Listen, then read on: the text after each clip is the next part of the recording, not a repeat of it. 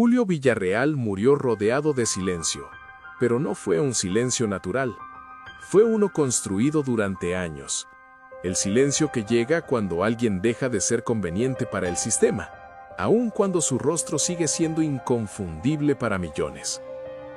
Durante décadas, su presencia fue constante en el cine y la televisión mexicana. No era el galán ni el protagonista romántico. Era algo más peligroso, el rostro del poder, de la autoridad, del miedo cotidiano. El villano perfecto, el funcionario corrupto, el hombre que no pedía permiso. Mientras otros buscaban aplausos, él construyó una carrera interpretando aquello que nadie quería reconocer. Sin embargo, hubo un momento en el que Julio Villarreal empezó a desaparecer. No de golpe, no con un escándalo visible, simplemente dejó de estar. Los papeles se redujeron, las apariciones se volvieron esporádicas, y su nombre, poco a poco, dejó de ocupar el lugar que había ganado a pulso. La versión oficial nunca habló de conflictos. Se dijo que era el paso del tiempo, que los nuevos rostros habían tomado la pantalla, que así funciona la industria. Pero quienes conocieron de cerca su trayectoria, sabían que esa explicación no alcanzaba. Algo no encajaba, porque Villarreal seguía siendo eficaz, respetado y temido en escena. Su talento no había desaparecido. Lo inquietante fue la forma en que ocurrió. Sin homenajes, sin despedidas, sin reconocimiento público a una carrera que había ayudado a definir el rostro más oscuro del cine mexicano. Como si interpretar el poder durante demasiado tiempo terminara convirtiéndote en un problema real. Esta no es solo la historia de un actor relegado por la edad. Es la historia de cómo ciertos intérpretes pagan un precio por encarnar demasiado bien aquello que incomoda, y de cómo la industria puede borrar lentamente a quienes ya no encajan en la narrativa que necesita vender. Porque cuando un actor especializado en el miedo deja de aparecer, la pregunta no es por qué se fue, sino por qué nadie quiso explicar su ausencia. Para comprender por qué la desaparición progresiva de Julio Villarreal resultó tan inquietante, es necesario situarlo en el contexto exacto de la industria que lo formó y lo utilizó. El cine y la televisión mexicana de mediados del siglo XX no solo construían entretenimiento, construían arquetipos. Y Villarreal fue, durante años, uno de los más eficaces. Nacido en una época marcada por jerarquías rígidas y figuras de autoridad incuestionables, Julio encontró su lugar interpretando a quienes ejercían el poder desde las sombras. Policías corruptos, políticos autoritarios, militares implacables, jefes que no necesitaban levantar la voz para imponer miedo. Su físico, su mirada y su manera de hablar lo convirtieron en una presencia incómodamente creíble, demasiado real para ser olvidada con facilidad. En la llamada época de consolidación del cine mexicano, esos personajes eran necesarios. El público debía reconocer al antagonista de inmediato. Villarreal no interpretaba villanos caricaturescos, interpretaba sistemas. Representaba la cara humana de estructuras abusivas que muchos conocían en la vida cotidiana. Y esa cercanía con la realidad fue al mismo tiempo su fortaleza y su condena. A diferencia de otros actores que alternaban entre roles heroicos y oscuros, Julio quedó progresivamente encasillado. La industria encontró en él una herramienta precisa y decidió no soltarla. Cada nuevo proyecto reforzaba la misma imagen, cada aparición confirmaba su eficacia, pero ese encasillamiento también reducía sus márgenes. No se le ofrecían transformaciones, se le pedía repetición. Durante años, eso no fue un problema visible. Trabajar de manera constante en una industria inestable es un privilegio. Villarreal cumplía, entregaba interpretaciones sólidas y profesionales y mantenía una presencia reconocible. No necesitaba protagonizar para ser recordado, bastaba con aparecer para imponer una atmósfera. El problema comenzó cuando el contexto empezó a cambiar. Las narrativas se suavizaron. La televisión buscó rostros más neutros, menos asociados al miedo. Los villanos clásicos dejaron de ser funcionales en una pantalla que pretendía ofrecer una imagen más moderna y menos confrontativa. Y ahí, el rostro de Julio empezó a resultar incómodo. No hubo una ruptura clara. Nadie le dijo que ya no era necesario. Simplemente los llamados disminuyeron, los personajes se hicieron más pequeños, los proyectos más escasos. En público todo se explicaba como una transición natural. En privado el mensaje era distinto. Su imagen estaba demasiado cargada de significados. Julio Villarreal no fue un actor polémico fuera de escena. No protagonizó escándalos personales ni conflictos mediáticos. Su problema era estrictamente simbólico. Había encarnado durante demasiado tiempo a figuras que la industria ahora prefería disimular. Y cuando un actor se vuelve demasiado eficaz representando el lado oscuro, corre el riesgo de quedar atrapado en él. Este contexto es fundamental para entender lo que vino después. No se trata solo de la historia de un intérprete veterano enfrentando el paso del tiempo. Se trata de cómo una industria decide qué rostros conserva y cuáles descarta cuando ya no sirven al relato dominante. Y de cómo esa decisión puede ejecutarse sin ruido, sin explicaciones y sin culpa aparente. Desde aquí, la narrativa avanza hacia el momento en que esa reducción de espacios deja de ser circunstancial y se convierte en quiebre. El punto donde el encasillamiento deja de ser una ventaja profesional y se transforma en una sentencia silenciosa. El ascenso de Julio Villarreal no se construyó desde el brillo, sino desde la eficacia. No necesitó titulares ni romances de portada. Su fuerza estaba en otra parte, en la credibilidad absoluta de sus personajes. Cuando aparecía en pantalla, algo se tensaba. El espectador entendía, sin explicación previa, que el poder había entrado en escena. Ese talento lo volvió indispensable durante años. Productores y directores sabían exactamente qué ofrecía. Villarreal no improvisaba una autoridad falsa, la encarnaba con una naturalidad inquietante. Sus gestos mínimos, su voz contenida y su presencia física creaban una atmósfera que elevaba cualquier historia. Así, su nombre se volvió sinónimo de antagonismo sólido y realista. La paradoja comenzó a gestarse ahí mismo. Cuanto más eficaz era, más se estrechaba el margen de lo que se le permitía interpretar. El encasillamiento no llegó como castigo, sino como premio. Cada nuevo papel confirmaba que nadie lo hacía mejor. Y cuando nadie lo hace mejor, el sistema deja de imaginarte en otra cosa. Durante la etapa de mayor actividad, Julio trabajó de manera constante. No había pausas largas ni desapariciones abruptas.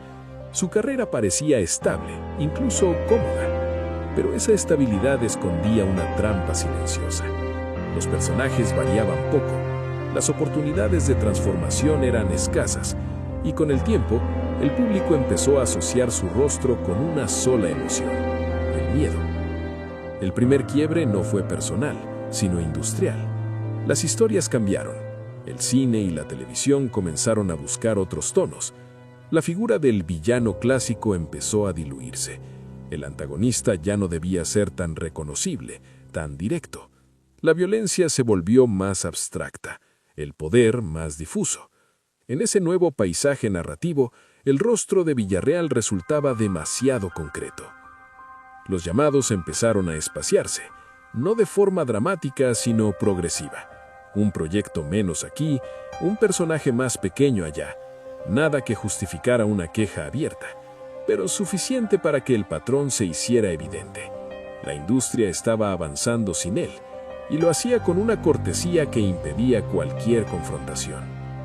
Julio no era un actor conflictivo, no reclamó públicamente, no denunció injusticias. Aceptó los papeles que llegaban con la misma profesionalidad de siempre. Pero el quiebre no estaba en su actitud, sino en la narrativa que se había construido alrededor de su imagen. Había sido demasiado bueno representando aquello que ahora se quería dejar atrás.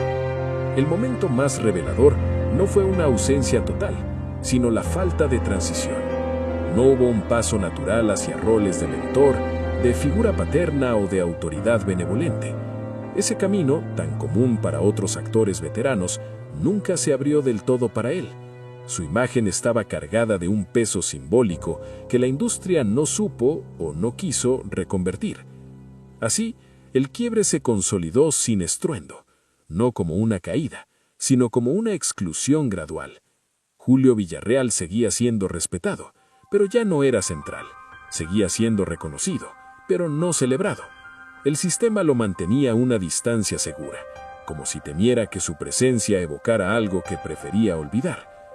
Esta etapa marca el punto en el que el ascenso sostenido se transforma en una meseta incómoda, un lugar donde el talento sigue intacto, pero las oportunidades se evaporan, donde la experiencia ya no garantiza continuidad y donde el actor comienza a cargar con una pregunta que nadie responde.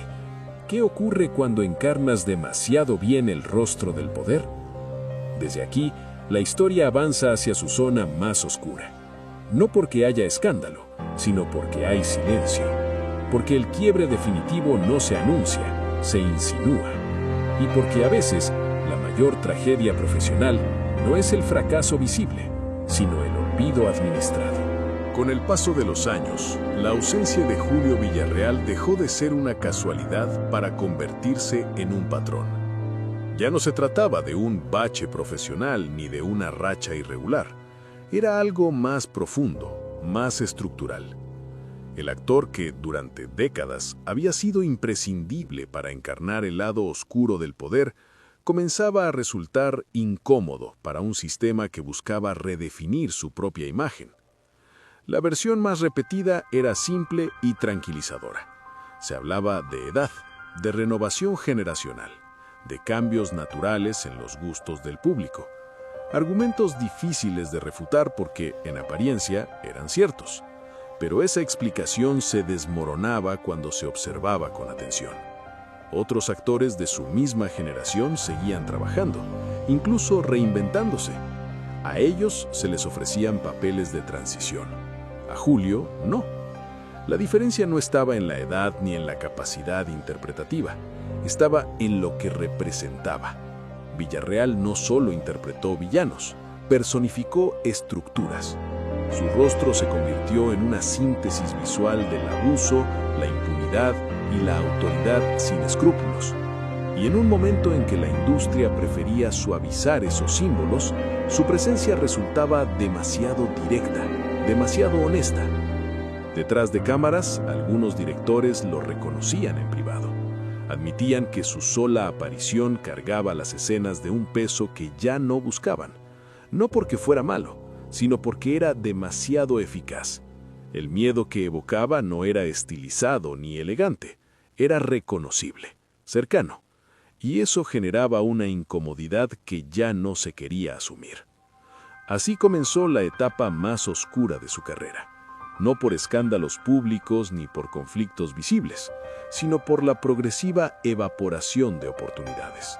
Proyectos que no se concretaban, papeles que se prometían y luego se diluían, reuniones cordiales que no llevaban a nada. Todo envuelto en una cortesía que hacía imposible señalar a un responsable. Julio Villarreal atravesó ese período sin dramatismo exterior. No hay registros de denuncias ni declaraciones amargas. Su resistencia fue silenciosa. Continuó disponible, preparado, profesional. Pero la maquinaria ya había tomado otra dirección. Y cuando una industria decide avanzar sin alguien, rara vez mira atrás. El clímax de esta historia no se dio en un gran rechazo, sino en una constatación íntima. La comprensión de que su talento había quedado atrapado en una imagen que el sistema ya no sabía cómo manejar. Haber sido el rostro más creíble del miedo terminó convirtiéndose en una carga, una que nadie estaba dispuesto a asumir de nuevo en pantalla. Con el tiempo, su nombre comenzó a aparecer menos en créditos y más en recuerdos. Las nuevas generaciones lo reconocían, pero no lo veían. Sabían quién era, pero no tenían acceso a su trabajo reciente. Esa brecha entre memoria y presencia es uno de los castigos más silenciosos que puede recibir un actor. La reacción del medio fue ambigua: respeto sin compromiso, admiración sin acción. Nadie negaba su importancia histórica, pero pocos estaban dispuestos a reintegrarlo plenamente. El homenaje implícito reemplazó a la oportunidad real, y así la figura de Julio Villarreal fue quedando confinada al pasado, incluso antes de que su vida llegara a su fin. Lo más oscuro de esta etapa no fue la falta de trabajo, sino la ausencia de explicación, porque cuando no hay una razón clara, la duda se vuelve permanente. ¿Fue el encasillamiento? ¿Fue el cambio de narrativa? ¿Fue el miedo a lo que su imagen evocaba? Tal vez fue todo eso junto. Tal vez fue algo que nunca se dijo en voz alta. Este clímax no explota, se filtra, se manifiesta en la normalización del olvido, en la aceptación tácita de que ciertos rostros ya no encajan en el relato que se quiere contar, y en la tristeza de comprobar que a veces el mayor castigo no es ser rechazado, sino ser lentamente borrado sin que nadie lo note. Desde la mirada de este canal, la historia de Julio Villarreal no puede entenderse solo como el destino natural de un actor encasillado. Hay algo más profundo que se repite en su recorrido: la forma en que la industria decide qué rostros conserva cuando cambia el relato que quiere vender. Durante décadas, Villarreal fue útil porque representaba con una precisión inquietante el lado oscuro del poder. Esa utilidad tenía fecha de caducidad, no por su talento, sino por el mensaje implícito que su imagen transmitía. Cuando el cine y la televisión comenzaron a suavizar conflictos, a diluir antagonismos y a evitar símbolos demasiado reconocibles, su rostro dejó de ser funcional. Aquí aparece una dinámica que rara vez se discute abiertamente. El sistema no siempre castiga a quienes fallan. A veces castiga a quienes aciertan demasiado, a quienes logran encarnar una verdad que luego resulta incómoda. En ese sentido, el caso de Villarreal es paradigmático. Fue tan eficaz interpretando el abuso y la autoridad corrupta que terminó asociado de forma inseparable a ellos. Desde Legends and Secrets, creemos que su exclusión progresiva revela una lógica silenciosa. No se trata de censura directa, sino de administración de la memoria. Se decide qué imágenes permanecen vivas y cuáles se dejan en el archivo. Y cuando una imagen amenaza con recordar algo que se quiere superar sin explicarlo, se opta por retirarla del presente. También hay una responsabilidad compartida. El público aprendió a reconocerlo en un solo registro y la industria reforzó esa lectura. Cuando llegó el momento de ofrecerle otros caminos, ya era tarde. El encasillamiento no fue una elección individual, sino una construcción colectiva. Y como toda construcción colectiva, nadie asume del todo el costo cuando se derrumba. Este canal no busca señalar culpables específicos, busca iluminar un mecanismo. El mecanismo que convierte a los actores de reparto en pilares invisibles de una cinematografía, y luego los descarta sin ceremonia cuando dejan de encajar. Villarreal no fue olvidado por falta de talento, sino por exceso de significado. La pregunta que queda es incómoda pero necesaria. ¿Qué hace una industria con aquellos intérpretes que recuerdan demasiado bien lo que se quiere dejar atrás? ¿Cómo se reubica a quienes encarnaron conflictos reales cuando el discurso oficial apuesta por versiones más amables de la historia? Desde nuestra perspectiva, el mayor error fue no permitirle una transición digna, no ofrecerle el espacio para resignificar su presencia. El homenaje tardío no reemplaza la oportunidad negada. El respeto retrospectivo no compensa el silencio en vida. Y ese desequilibrio habla más del sistema que del actor. Mirar el caso de Julio Villarreal es, en el fondo, mirar una forma de olvido cuidadosamente gestionado. Un olvido que no genera escándalo, pero sí una pérdida cultural. Porque al borrar a quienes representaron el conflicto, también se borra la posibilidad de reflexionar sobre él. El final de la historia de Julio Villarreal no llegó con un aplauso, ni con un reconocimiento público a la altura de su trayectoria. Llegó como había vivido sus últimos años profesionales, envuelto en discreción, sin ruido, sin titulares, como si su ausencia fuera algo que debía aceptarse sin preguntas. Murió en 1998, cuando su rostro ya pertenecía más a la memoria que al presente. Para muchos, fue entonces cuando se hizo evidente lo que había ocurrido. No había habido un retiro anunciado, no hubo una despedida oficial. Simplemente, un actor fundamental había sido desplazado lentamente hacia el margen hasta quedar fuera del relato contemporáneo. Y sin embargo, su legado no se borró. Al contrario, con el paso del tiempo, sus interpretaciones adquirieron un peso distinto. Vistas hoy, resultan más incómodas que nunca. Sus villanos no eran exageraciones, eran retratos. Encarnaban una forma de poder reconocible, cercana, cotidiana. Por eso siguen perturbando, porque no pertenecen solo a una época, sino a una estructura que persiste. Julio Villarreal dejó algo que pocos actores logran dejar, una huella simbólica. No fue recordado por un solo papel, sino por una presencia, por la sensación que generaba apenas entraba en escena, por ese silencio tenso que precedía a sus diálogos. Ese tipo de legado no se mide en premios, sino en impacto. Tal vez la industria nunca supo qué hacer con alguien que representó demasiado bien lo que incomodaba. Tal vez fue más fácil archivarlo que permitirle transformarse. Pero el archivo no equivale al olvido. Cada vez que una de sus películas reaparece, el efecto se repite. El espectador reconoce el rostro y entiende, sin explicación, que algo oscuro está por suceder. Ese es el verdadero cierre de esta historia. No una reivindicación tardía ni una denuncia explícita, sino la constatación de que hay actores que sobreviven a su propia exclusión, que permanecen en la memoria colectiva precisamente porque encarnaron verdades que no se pueden maquillar. Hay trayectorias que terminan cuando el aplauso se apaga, y hay otras, como la de Julio Villarreal, que continúan en el silencio. Un silencio cargado de significado. Un silencio que no absuelve, pero tampoco desaparece.